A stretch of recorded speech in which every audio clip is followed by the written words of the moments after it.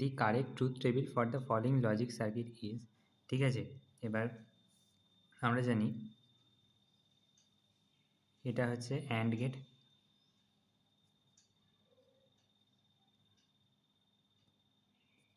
এটা হচ্ছে or gate, আর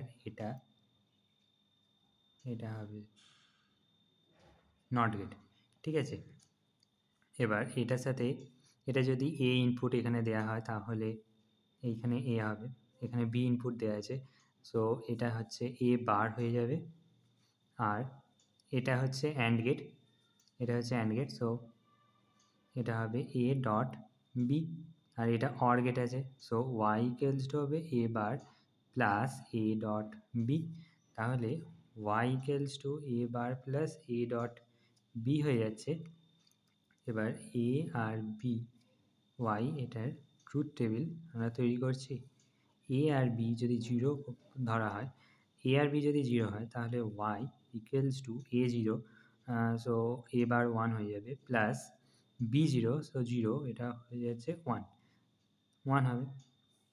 এবার এ জিরো বি ওয়ান যদি হয়, that means Y equals to A যদি জিরো হয় তাহলে এ বার ওয়ান হয়ে যাবে, আর বি যদি ওয়ান হয়, এ যদি জিরো হয় তাহলে এটা জিরো হয়ে যাচ্ছে, সো এটা ওয়ান হবে, ঠিক আছে।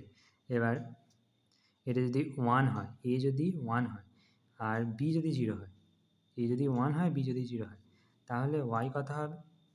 এ যদি ওয়ান হয় তাহলে এ বার জিরো হয়ে যাবে, আর বি যদি জিরো হয় দেন এ ডট বি জিরো হয়ে যাচ্ছে, দ্যাট মিন্স এটা জিরো হয়ে যাবে, ঠিক আছে। আর এবার যদি এ আর বি দুটোই ওয়ান ইনপুট দেওয়া হয় তাহলে এ বার জিরো হয়ে যাচ্ছে আর এ ডট বি ওয়ান হয়ে যাবে, তাহলে এটা ওয়ান হয়ে যাচ্ছে।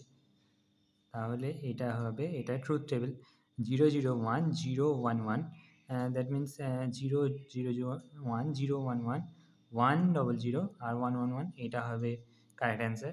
Thank you.